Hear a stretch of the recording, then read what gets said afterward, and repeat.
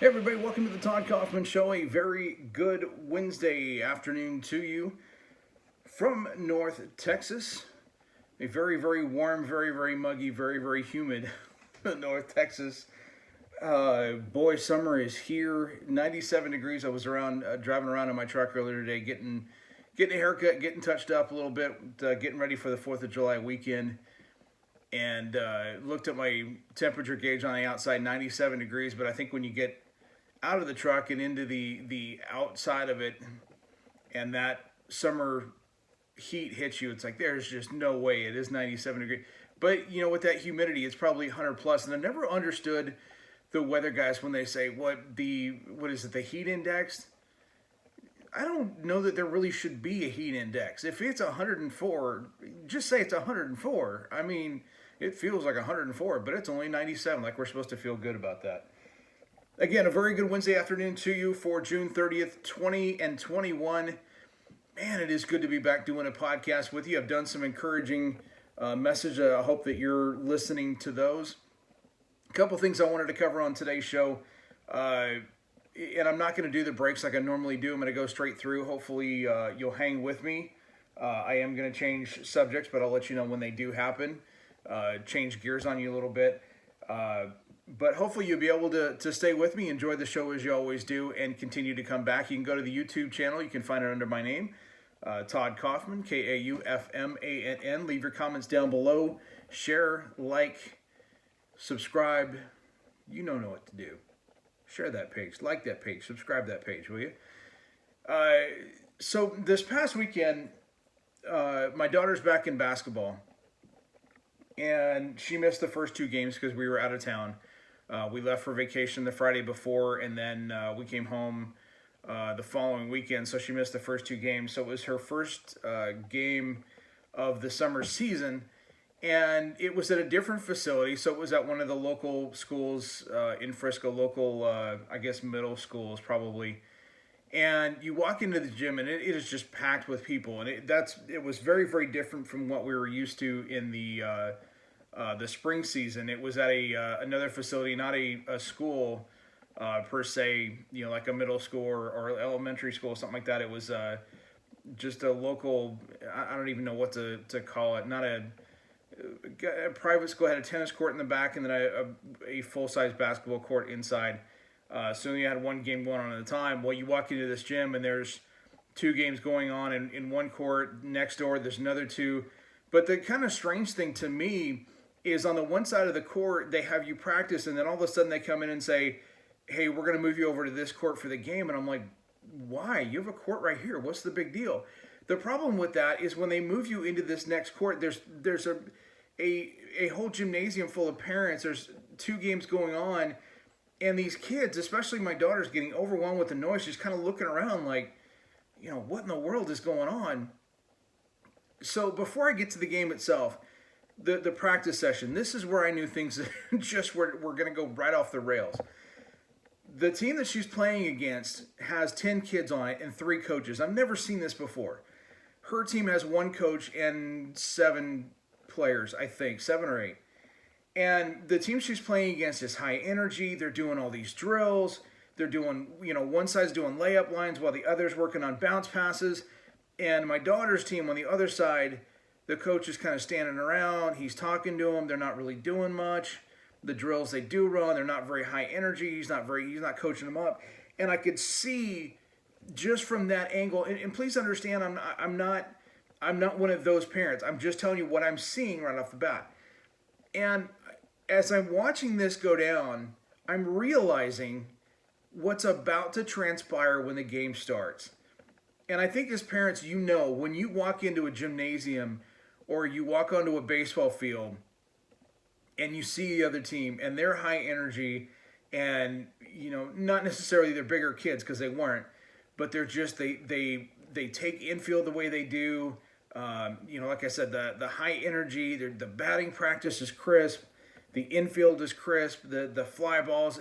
And you just look at that other team and go, uh-oh, I know what's coming. And so my daughter gets into the game, and her team is just getting run. I mean, just getting waxed.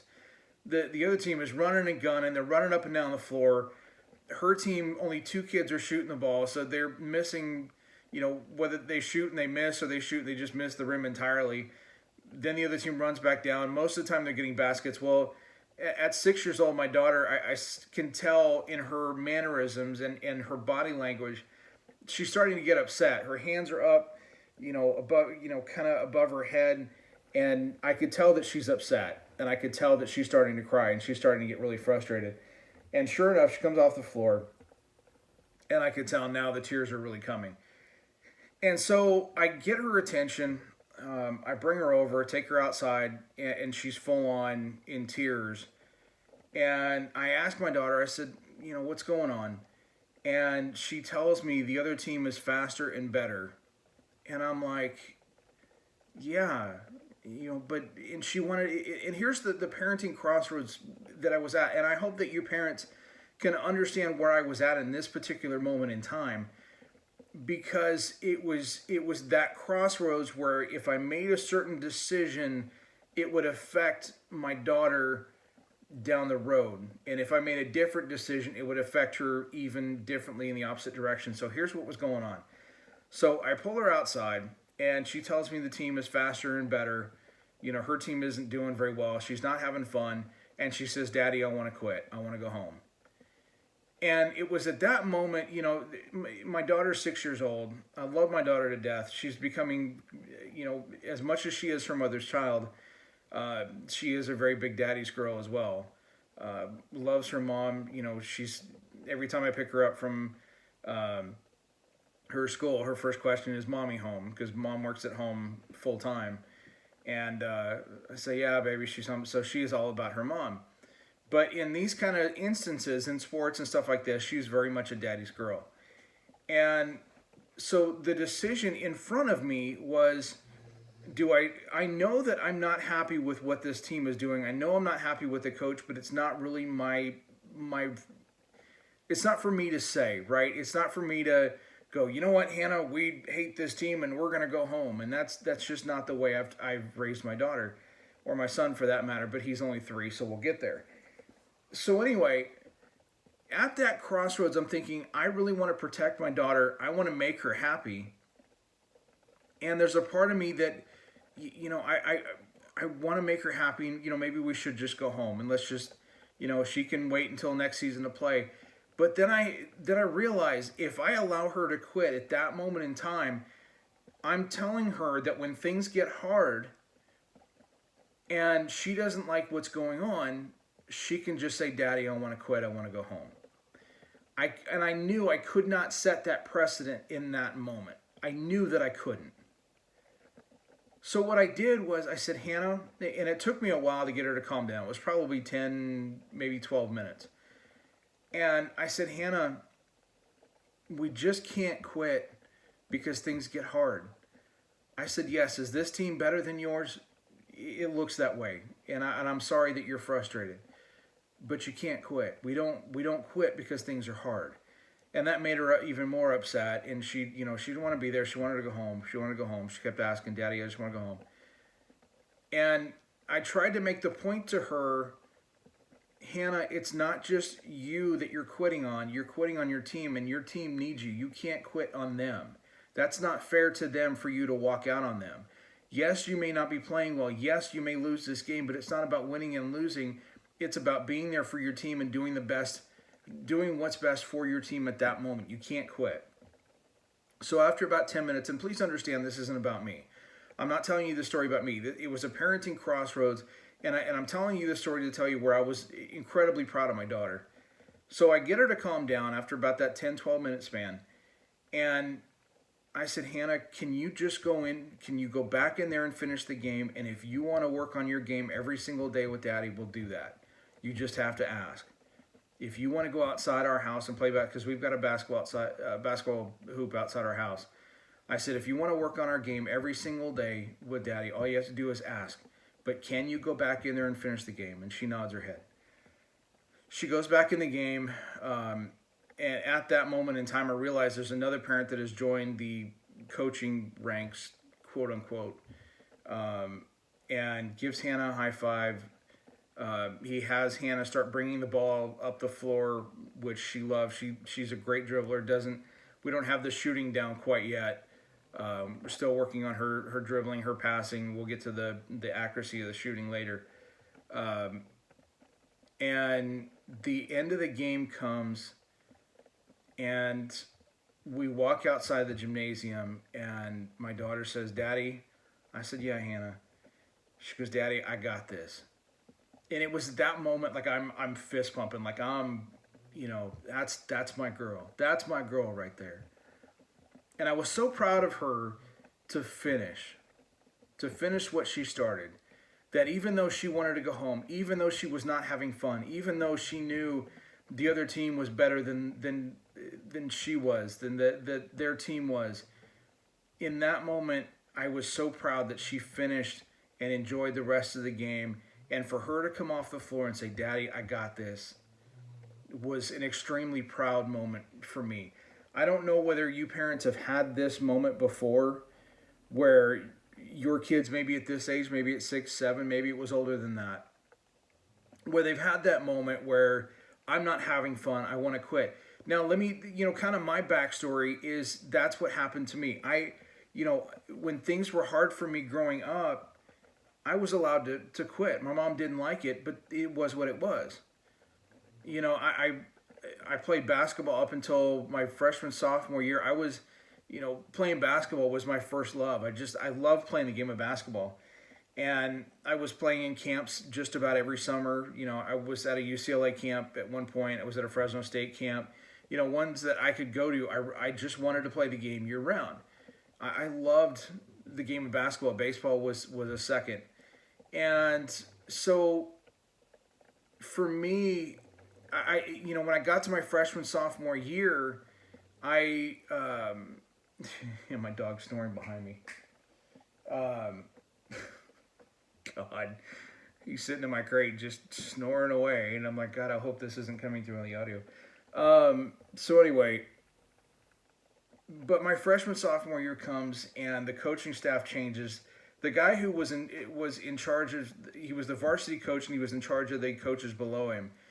He left. I don't know if he got fired or if he quit. I can't remember. Or if he got, resigned and went somewhere else. I forget what it was. And a new coaching staff comes in, and the freshman coach, JV coach, whatever, I just didn't like him. It wasn't that he wasn't nice to me. It was that the guys who were consistently late to practice, were consistently a bad attitude on the team, that those were the guys that he was playing because they were at a decent skill level. Not that I wasn't. At that point, I was pretty good because I worked on my game all the time. It was almost every night I would be outside playing. But I stopped having fun. I stopped enjoying the game, and it was at that point I decided to quit.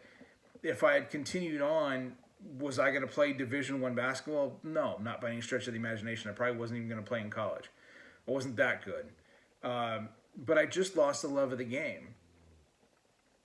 And I quit. I just decided I didn't want to play anymore. And I regret that decision to this day. So had I made a different decision, had my mom said to me, "No, you're not going to quit. We don't quit. You're going to finish what you start. I don't care if you like the coaches. You're going to continue to work on your game every day. You're going to continue to be a great teammate." I just didn't have the mentality at that point to do that. And I regret that every day. Baseball was the same thing. I really wanted to play in high school, and it wasn't that I couldn't play, but I wasn't good enough. I just wasn't. I wasn't a good hitter. I was a catcher, had a gun for an arm, was a decent, decent to average pitcher. I wasn't good or great by any stretch. I had a couple of good pitches. Could I have been any good in high school? Yeah, I don't know. I just don't know. But I decided that I was not going to play baseball in high school. I wanted to focus on basketball. And, you wonder if those decisions had been different in that angle, what would have happened. But I can't sit here and play the what-if game, right? You mean, how many times in life have we said coulda, woulda, shoulda? What if, I could have stayed on that team? What would have happened, and what should have happened to my life? How would my life be different had I made different decisions in those times? But now that I'm a parent, I can help my kids make those decisions. I'm not saying, granted, yes, I told my daughter we're not going to quit, but she understood. I didn't say, Hannah, you're not going to quit. You're going to go back in there and that's it. That's the end of the story. I said, Hannah, you can't quit. I said, even though this is hard, you can't quit. Your team needs you. So I was giving her reasons as to why she couldn't quit, why it was in her best interest to continue to go on. And I think as a parent, that's how we help our kids. We give them reasons. Yes, we discipline them. And I talked about this yesterday in Proverbs 22:6, where it talks about train up a child in when they get old, they will not depart from it. It doesn't necessarily mean discipline. It does to a certain context, but it also means we train up our child to be great, to be good at what they do, to be great at what they do, to be focused academically, to be focused on the goals that they have. And that's, to me, that's our job now. It's not our job to just say you're not going to quit. It's our job to say you can't quit, and here's why. And I think for my daughter that really sank in. And when my son starts to play sports and when he starts to understand at her age, if he has those hard moments, then I can tell him, look, dude, you can't quit, and here's why. You can't quit on your team. Your team still needs you. If you look at it from that angle, it's not just you're quitting on yourself, you're quitting on your team. It's so much bigger than you. If they understand the game is so much bigger than them, I think it's something different entirely. So I'm curious if you've had those moments as parents where you're at a parenting crossroads with your kid and they want to quit. They're not having fun anymore. How have you dealt with that? How have you dealt with them to say you can't quit, or have you allowed them to? Is that a decision that you regret?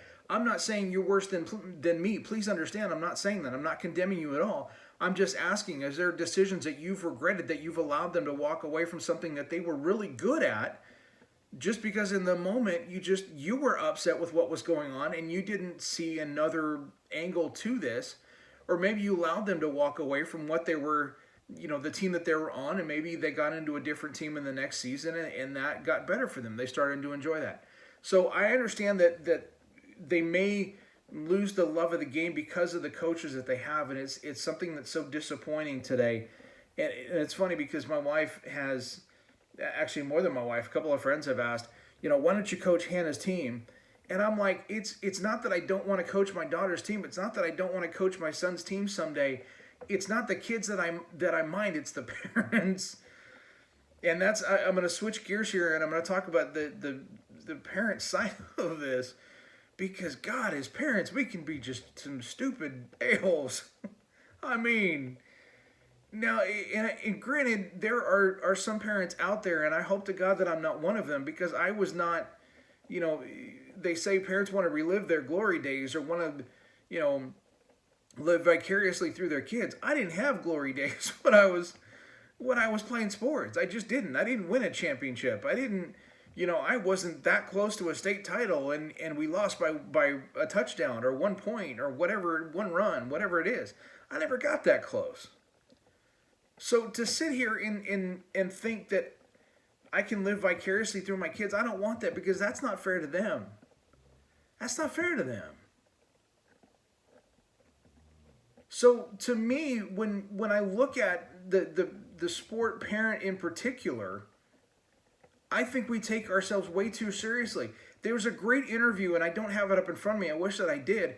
Jeff Bannister, the former manager of the Texas Rangers, had a sit-down, and not an interview sit-down, but literally a guy from one of the sports radio stations here in DFW. Their two sons were playing baseball at the same baseball field. There were different fields. There's 6 or 8 fields, whatever it is, but they were in the same kind of area, general vicinity. And the guy from the radio station, buddy of his, goes, "Hey, that's Jeff Bannister. You really should go talk to him about how he feels about being a sport parent. So just go talk to him." And the radio station guy, in all fairness to him, excuse me, in all fairness to, it's when you're watching your child, if you have a guy like Jeff Bannister, or really, any celebrity or sports player, you don't want to bother them. They're there to watch their child, and you don't want to turn this into a, hey, I want to have a conversation with you in a professional stand. So the friend of the guy at the radio station said, no, no, no, just I promise you will not regret this conversation. So the guy walked over, introduced himself. He goes, I'm not here in an official capacity. My son's over here, playing baseball. And a buddy of mine says that, you have some interesting take on a sport parent. And Jeff Bannister said something that I have kept with me, and it's why I bring this up now. Jeff Bannister said that as a parent, our voice is the one voice that our kids hear, the one voice that will determine how they play during a game or how they will see themselves in that particular situation, and it's the last voice they need to hear. And it was so profound in what he was saying that I've always kind of kept that with me, and I'm like, dude, that is so good. As a matter of fact, I'm going to look it up right now to see if I can find it. But as I do, I just wonder how you feel about, I think as parents, we want the best for our kids. I think that's always our job, right? We want to see our kids succeed. We want to see our kids win. But I think we also have to allow our kids to feel what it feels like to lose. I think we need to allow our kids to fail because that's the way they learn. Yeah, they're going to have successes. They're going to have these tremendous, accomplishments that they're going to have. But at some point, you're going to have to let them fail. And here's the quote from Jeff Bannister. I found the story as I'm talking to you. He says, when you are on the field as an athlete, especially as a young athlete, the people you do not want to disappoint the most are your parents. And when a child hears a parent's voice, especially one telling them what they've done incorrectly or need to do more of, it adds to the tension and the anxiety. When you're there and you're cheering and you're clapping and lending support, their feeling is so much greater. They're going to compete harder. They're going to focus. When they hear the clapping, they know they did something good. I love that. And the paragraph before that, it was so well written. The guy who talked to Bannister said, I wouldn't dare sum up what Bannister said, because he more or less repeated it this morning on the ticket. If I had to pick out a key phrase, it's this one. If you talk to your child while they're competing, even from a distance, even in a whisper, that's all they can hear. And it's the last thing they need to hear. God, it's so profound. If you look at this from a parenting standpoint, you got to understand that this guy is not saying we shouldn't cheer for our kids. That's not what he's saying. If you understand the context of what he's saying you can cheer for them, you can clap for them, you can applaud them, but the last thing they need to hear is what they're doing wrong in that moment. The voice that they should be able to hear in that moment is the voice of their coach. That's why he's called the coach, and that's why he's in that capacity. As parents, what they need to hear from us is encouragement. And that's why I go back to that Proverbs 22:6 and train up a child in the way he should go, and when he gets old, he will not depart from it. If you spend your time encouraging your kid, whether it's in sports, in academics, in life, whatever it is, if you spend time encouraging them, that is what they are going to take with them. Yes, we are going to have moments where we're going to have to discipline them. Yes, we cannot get away from them. Discipline is something that is our job. There is no ifs, ands, or buts about it. But if we spend more of our time disciplining our kids and telling them what they did wrong instead of what they do right, if we spend more time tearing them down than building them up, you're not going to have to wonder why they resent you years down the road. If they're playing a sport, and this is something, trust me when I tell you, when I go to my daughter's game, it doesn't matter what sport it's going to be, basketball, volleyball, softball, whatever it is that my daughter decides, that is the passion of her heart. That's what she wants to play. That's what she wants to do. Whatever the desires of her heart is, whatever the desires of my son's heart is, whatever he's passionate about, whether that be athletics, academics, or whatever it is. Let's just say, for example, I'm going to use my daughter since she's playing basketball right now. When I walk on the floor with her, there is this voice in the back of my head that says, If you're going to give her anything, give her praise. Do not yell at her while she's on the floor telling her she does something wrong, because at that moment, if you're telling her that she did something wrong, just like that, she shuts off. If I praise her and I clap for her and I tell her way to go, it makes her smile and it makes her play harder. If I tear her down in one single moment, boom, that's it. It's over. And it's in her head the rest of the game. I guarantee if I encourage her in that moment, it's not going to stick with her for more than that moment. Why? Because it's that moment. I am going to cheer every single moment that I have for her because I want to build her up. I want to let her know that she's doing well. The times that I want to talk to her about what she's not doing well, I want to go home and work with her on. Hannah, you did a great job. You did this well. You did this well. But you know what? These are the things that we may need to work on. It's not that you're doing them bad. It's not that you're doing a poor job at them. It's just that we need to work on it. That's the moment where the switch needs to come. During the game, the encouragement needs to flow. That's the voice our kids need to hear. No matter what sport they're playing, stop yelling at the officials. Stop yelling at the coaches. Focus on your kid. There are going to be bad calls. Guys, we got to let our kids fail. We got to let them experience failure. We got to let them experience hardships because they are going to need to figure out how they are going to handle those moments when they happen. If there are moments that you don't like what an official is doing, let the coach handle it. That's not your job. If you're not coaching the team, stay quiet. If you want to talk to your kid after the game and ask them, how did you feel in that moment? What did you think? Allow them to have their own opinion. That's the moment you do it, not during the game. If you go crazy, not only do we embarrass our kids on the field, but that sticks with everybody else for games to come. That's not our job.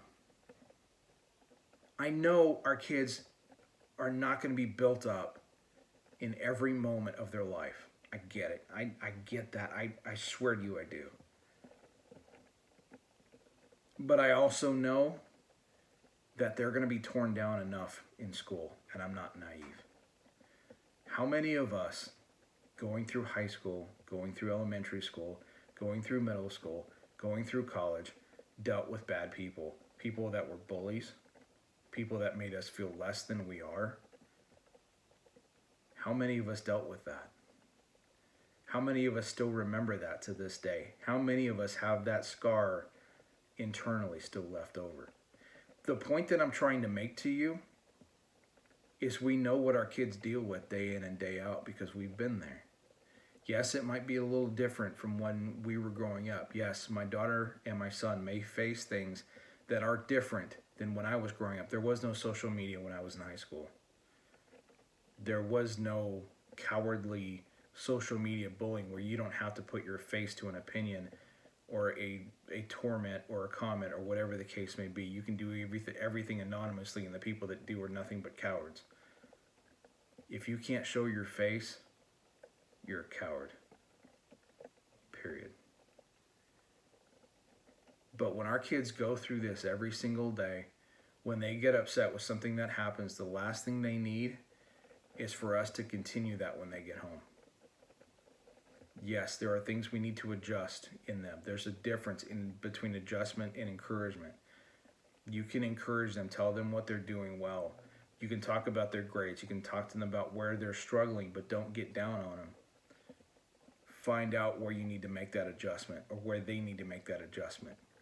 I think as a parent, if we do this correctly, and please understand, my heart is not to tell you how to be a parent. Trust me, I'm still learning this. My daughter is 6, my son is 3. I have a lot to learn in their lifetime. I do. So I'm not preaching. I'm just giving you my opinion. The way I feel about my daughter as she goes into first grade this year is I have to let her figure out the hard days and the good days. She is going to have both of them.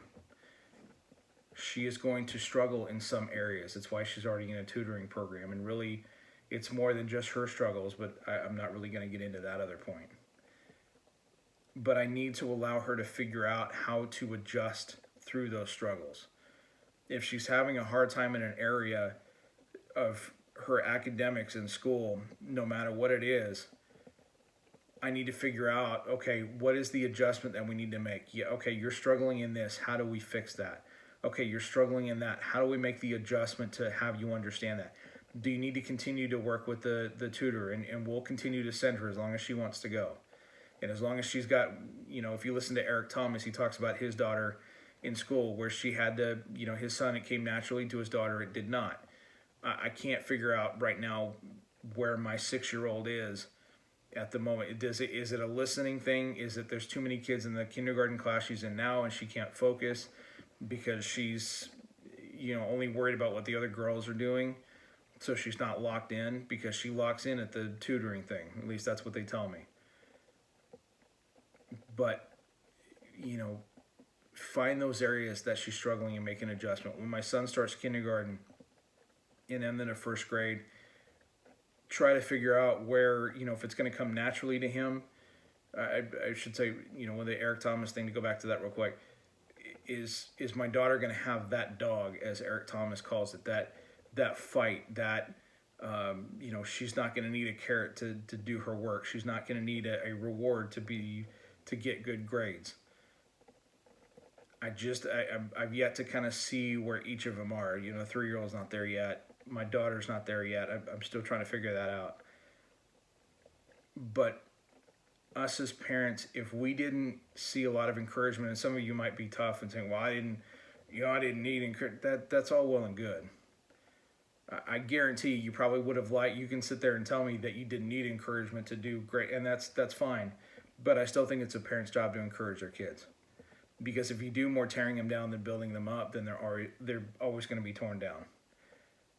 It's our job to raise them to be the best they can be. That shouldn't be up to someone else. And guys, let me tell you, dads, let me tell you, your voice carries more weight than you realize.